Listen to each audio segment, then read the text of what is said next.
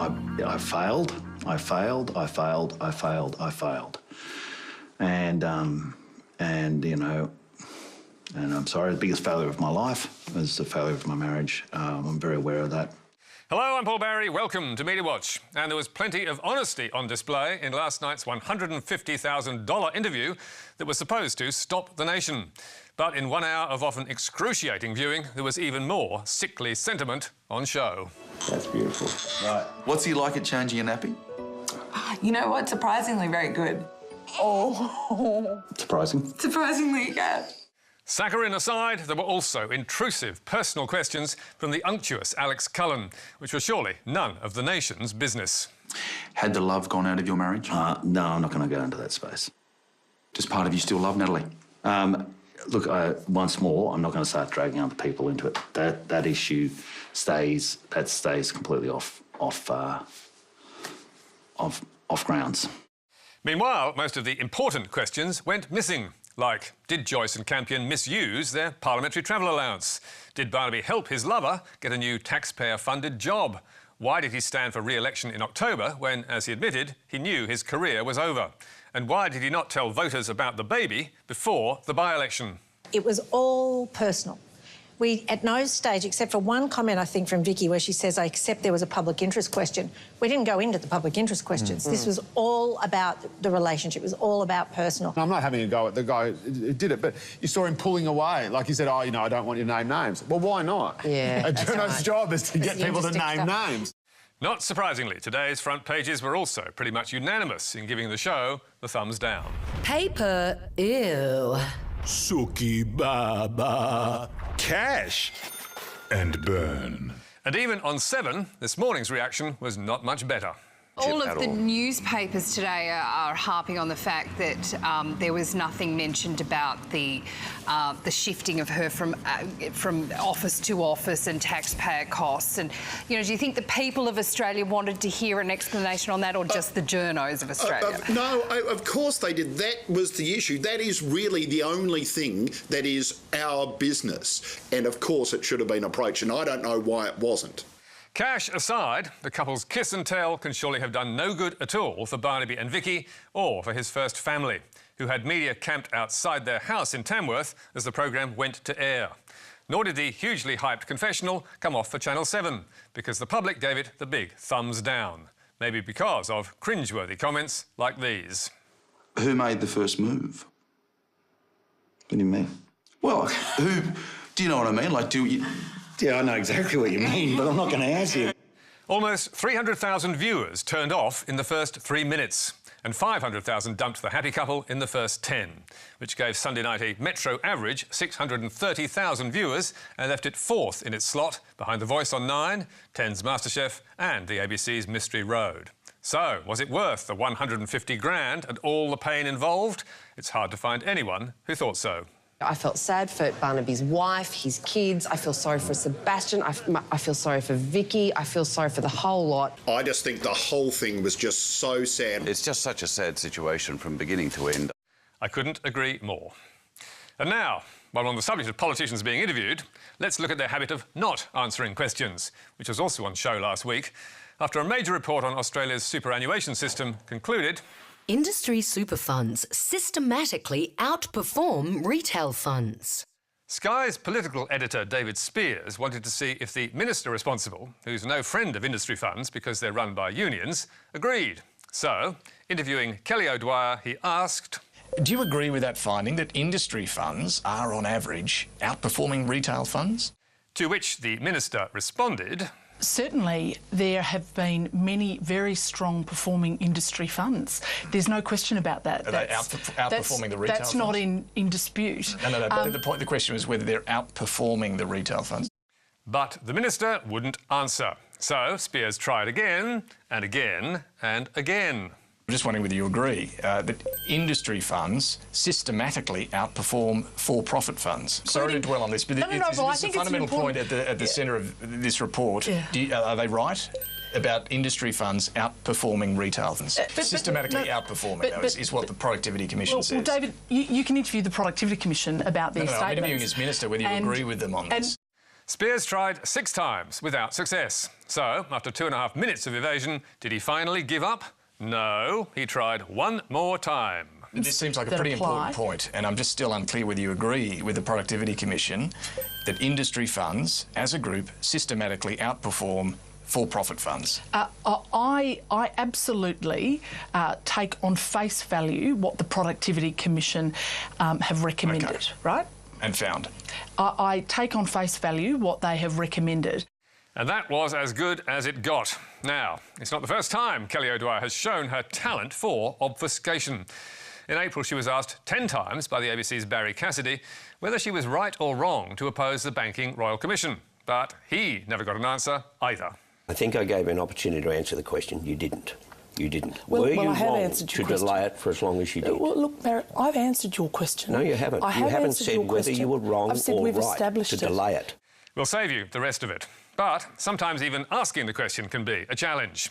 As we saw last Monday when Lee Sales tackled the notoriously prickly Clive Palmer over the Supreme Court's decision to freeze his assets. Mr. Palmer, I would like you, if the interview is going to carry on like this... If you want me to continue the interview, I suggest you keep quiet. Mr. Palmer, if you've got nothing to hide, I'm just wondering why you can't answer a question relating to the point that you just made. So, what to do? Well, maybe we should follow this example from Richard Madeley on Good Morning Britain, who is being endlessly stonewalled by the UK Defence Secretary. Yes. Do you regret telling Russia to shut up and go away? Mr. Williamson, please answer the question. Mr. Williamson, you're just not answering the question. Mr. Williamson, I'm asking the question not on my behalf, but on behalf of our viewers. So, on behalf of the viewers, would you please answer the question? But he wouldn't. So, Madeley did this. That's behaviour, and I think that was the right thing to interview terminated because you won't answer the question. Good luck with the African Elephant Project. That is an excellent thing to do, but it would be helpful if you answered a straight question with a straight answer. 2 days later, the TV anchor explained his actions in The Guardian. I've been hosting live network news and discussion programmes for 30 years, and I've never pulled the plug on anyone before. And I think that tells you something. It tells you how bad things have got. So I've got a new rule. 3 strikes and you're out. Good luck with that. It should be interesting. And while we're in the UK, let's look at the government's crackdown on freedom of speech and citizen journalists who dare to report what others will not. At least that is the spin which right-wing commentators here and around the world have put on the arrest and jailing of Britain's leading anti-Islamic activist, Tommy Robinson. Are you arresting him? Been arrested for breach of peace. You've all watched this. You've all watched this. You've all watched this. You've all watched this. Can you get me a solicitor? Can you get me a solicitor? Will you just turn off your live feed? Can you get me a solicitor? Just turn off your live feed, please. Yeah. Tommy Robinson, founder and ex-leader of the extremist English Defence League, was arrested by police on Friday, 25th of May, outside Leeds Crown Court, where 10 men are on trial for rape and sex trafficking of girls as young as 11. Robinson was confronting the accused as they arrived at court and was streaming the video on Facebook Live, where it was seen within hours by more than 250,000 people. How are you feeling about your verdict? What verdict? How are you feeling about the verdict?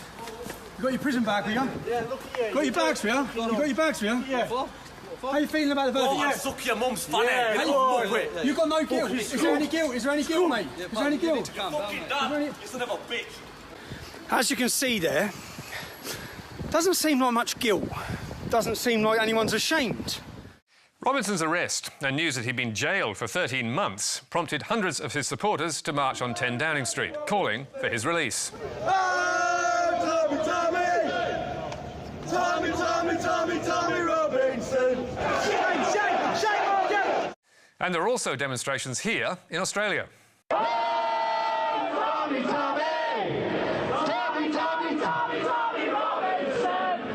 And Robinson's political friends here also condemned his treatment. Tommy, I just want you to know, many Australians are supporting you. It's wrong what's happened to you. And several in the mainstream media also chimed in, with Ben Fordham expressing respect for Tommy's, quote, guts, and rounding off sympathetic reports on 2GB and Sky by saying... It's a sign of the popularity of people like Tommy Robinson, who would not have this kind of following if the establishment listened to the concerns of communities in the first place. Now he has to survive his time in jail, where he's locked up, along with many of the criminals he's been exposing. So, who is Tommy Robinson? Well, he's a former soccer hooligan with criminal convictions for assault, threatening behaviour and fraud. But his popularity stems from his crusade against Islam. He wants Muslim immigration banned and recent male immigrants to be sent home.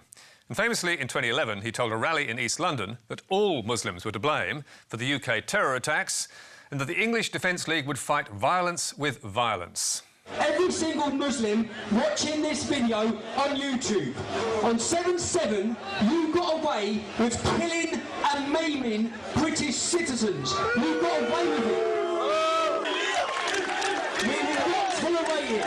And the Islamic community will feel the full force of the English Defence League if we see any of our citizens killed, maimed or hurt on British soil ever again. More recently, in 2018, a court heard that Robinson helped radicalise the white extremist who mowed down worshippers outside London's Finsbury Park Mosque in an anti-Islamic terror attack.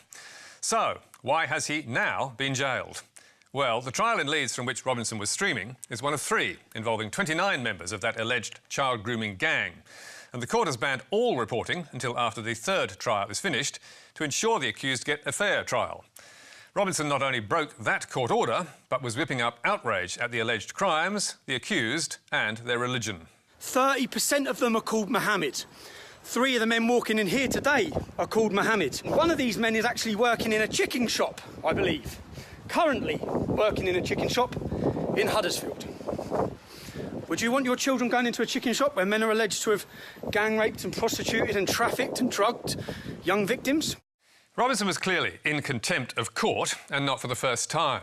But several Australian commentators portrayed his arrest and jailing as an attack on freedom of speech and warned that it could happen here.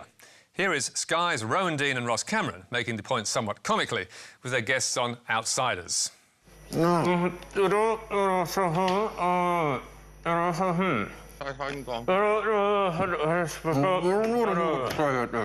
Politicians like George Christensen, Corey Bernardi, David Lionhelm and ex-politician Malcolm Roberts have also come out for Tommy and sounded the alarm, as has Pauline Hanson, who tweeted, "Free speech is truly under siege in the West. Free Tommy."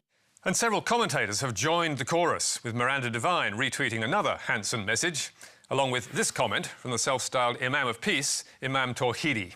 If Tommy had looked like this, his right to free speech would have been protected.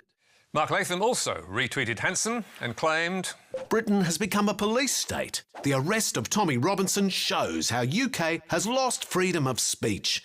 Meanwhile, the Australian's Chris Kenny retweeted this comment from Blair Cottrell, leader of the far-right United Patriots Front, before undoing his retweet a couple of hours later. And Kenny also raised the free speech argument on Sky with Miranda Devine and the IPA's Simon Breeny. But it's about this public debate and freedom of speech, isn't it? There are protests in the UK as we speak against what's gone on here. There's a blanket of silence about what's going on. It's happening, you know, across Western liberal democracies. So, is that really right? Well, no. Robinson was arrested and jailed because his actions threatened to derail a serious and expensive court case. And as the Australian's Janet Albrechtson explained in her column, which made exactly that point, Robinson knew what he was doing because he's done it before. A year ago, Robinson was sentenced to 3 months in jail for committing contempt of court over similar actions during a gang rape case in Kent. Suspending that sentence for 18 months on condition he didn't commit further offences, Judge Heather Norton told him, "This is not about free speech, not about the freedom of the press, nor about legitimate journalism, and not about political correctness." And as Albrechtson also observed, ideological trench warfare can be the enemy of reason. We could not have put it better ourselves. There's more about tonight's stories on our Facebook page or our website. We can get a transcript and download the programme. You can also catch up with us on iView and contact me or Media Watch on Twitter. And don't forget, Media Bites every Thursday. But for now, until next week, that's it from us. Goodbye.